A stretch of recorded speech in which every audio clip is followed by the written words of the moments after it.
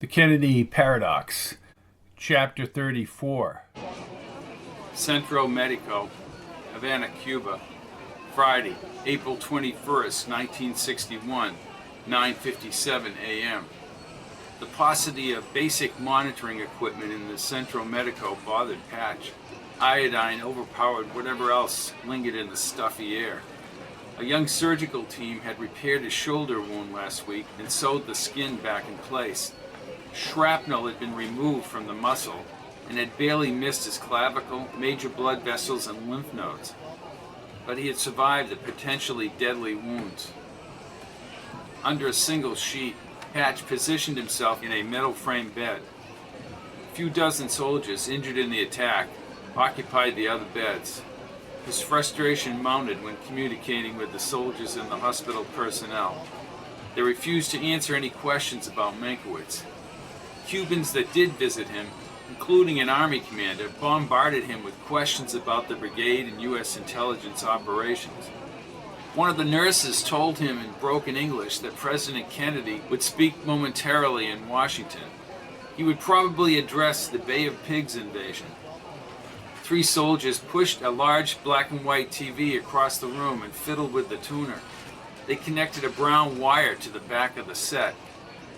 WCKT Channel 7 in Miami appeared on the black and white screen, and someone announced they were switching to a feed from Washington, D.C. Patch pushed his way up the flattened pillows as the soldiers walked from the room. Numerous Cuban interrogators told him the brigade invasion had failed. After capturing hundreds of men, Castro went on the radio to dramatize the great victory over imperialism. "Kennedy having a news conference?" asked Mankiewicz from the doorway. 2 soldiers accompanied him. "Ray, you're alive!" "I made it through to the winning side, Patch. I was personally questioned by Castro himself at the sugar mill." Patch glanced at the TV as Mankiewicz squeezed his hand. "Patch, you were badly injured. Carlos saved your life. How are you doing?"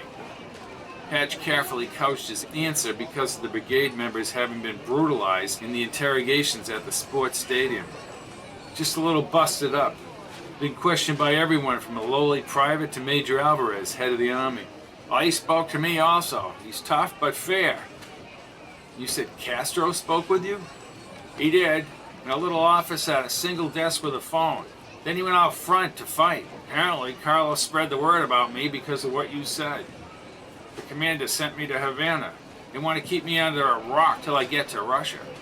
I lost my weapon in the swamp, and then Carlos jumped me. I tried to convince him I wanted to defect.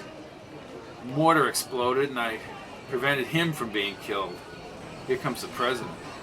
Mankiewicz turned as Kennedy stepped up to the podium at the State Department auditorium. "Gentlemen, I have several announcements to make. I know that many of you have further questions about Cuba. I made a statement on that subject yesterday afternoon. We are continuing consultations with other American republics. Active efforts are being made by ourselves and others on behalf of various individuals, including any Americans who may be in danger. I do not think that any useful national purpose would be served by my going further into the Cuban question this morning. I prefer to let my statement of yesterday suffice for the present." As Kennedy spoke about world hunger, Mankiewicz faced Patch. "I've already met with Higgins. He has a fair competence, but he does not have my knowledge or your knowledge. They questioned me for hours about my scientific prowess. Now they know. And I haven't seen Carlos, Ray. I'm told he fought bravely at Playa Largo." "You mean he's dead?" "No, he will be decorated by the commander. He single-handedly led his men against the brigade.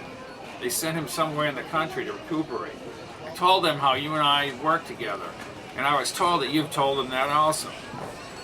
We'll both do fine in Minsk, Patch. Of course, we'll do our part." Can you tell us anything about your talk with Vice President Nixon last night?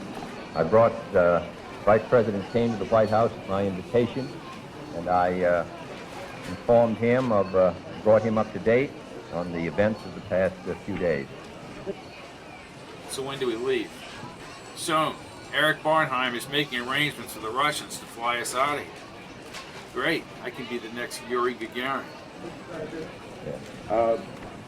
Quite respecting your feeling of not going beyond your statement of yesterday on Cuba, there still is in print this morning, quite widely distributed, published report that you took the decision to continue training Cuban refugees with arms provided by this government and for releasing ships and fuel for launching the current operations in Cuba. Furthermore, this report says that you reached this decision against the advice of Secretary Rust and Mr. Bowles. Now, is this true? I think that the facts of the matter involving Cuban will come out in due time. I'm sure that an effort will be made to determine the facts accurately. As for me, I'm confining myself to my statement for good reasons. Yes? This is not a question about Cuba, it's a question about Castro. Could you tell us whether any intelligence that you have received can shed any light on the reports that the Prime Minister has been incapacitated, that he has not been heard from since Monday or Tuesday, or reports to that effect? No, I cannot, Owen. I saw some, I think, references on the ticket this morning that Mr. Castro was seeing some members of the press today. So I suppose we will have a better idea of that later on. I would like to see my friend Carlos again. I understand. Mankiewicz signaled to the door with his eyes. No doubt they were listening to the conversation. And time marches on. There's an old saying that victory has 100 fathers and defeat is an orphan. And I wouldn't be surprised if information is poured into you in regard to all the recent activities. But I will say to you, Mr. Van Oka, that I've said as much as I feel can be usefully said by me in regard to the events of the past few days. Further statements, detailed discussions. I'll say this, Ray, said Patch. Kennedy took responsibility for it. Chatter in the hall on the arrival of 5 additional Cuban soldiers in solid green uniforms with rifles drawn sent Patch's heart aflutter. They formed a semicircle around the bed and stared like animated toys. The lean Major Alvarez smoked a tiparillo as he marched ahead of a lanky crew-cut man in olive military garb. Alvarez had a thick dark mustache that tapered into a trim beard. He wore a tiled green beret, and his dusty military uniform showed he did not spend his time behind a desk. Although his interrogations were intense, he always had a ready smile. "How are you feeling, Captain?" "Better, thank you, Major." Alvarez nodded and shook hands with Mankiewicz. "And I trust you are well too, Professor." Yes, I am." Alvarez introduced the man with the dark crew cut as Dr. Stephen Higgins. Patch recognized him from the photos from the boat. Higgins smiled and shook hands with Mankiewicz. "I don't believe we've met, Dr. Mankiewicz," said the light-haired Bornheim, now smooth-skinned and 25 years younger. "I am Eric Bornheim." "Brian Mankiewicz," he said, shaking Bornheim's hand. "This is my associate, Patch Kincaid." Bornheim's cold eyes focused on Patch. "Your courage on the battlefield has been noted by my superiors, Kincaid. But we do have some conflicting reports of this Colonel Kincaid, who is involved in the U-2 program spying on the Soviet Union." "I have no affiliation with Colonel Kincaid." Bornheim nodded, but he looked as if he did not believe what Patch had said. "You are alive for 2 reasons, said Alvarez. He puffed on the tiparillo and then he exhaled. "You saved Carlos Sanchez's life, and you have a scientific knowledge like Mankiewicz." "We've made great progress," said Mankiewicz. The slender Alvarez put out the tiparillo in the sink. "The Russian plane will leave Cairo after the May Day celebration. Then you will be flown to Minsk." "Oh, that's great news." "That is the time frame," said Alvarez. "The commander wants you to as a part of the May Day ceremonies. I will see you there." "And then off to Russia." "Exactly," replied Alvarez with a smile. "Fine with us, right, Patch?" Patch looked at Mankiewicz. "Doesn't matter as long as we're paid well." Bornheim shook his head. Such devoted revolutionaries.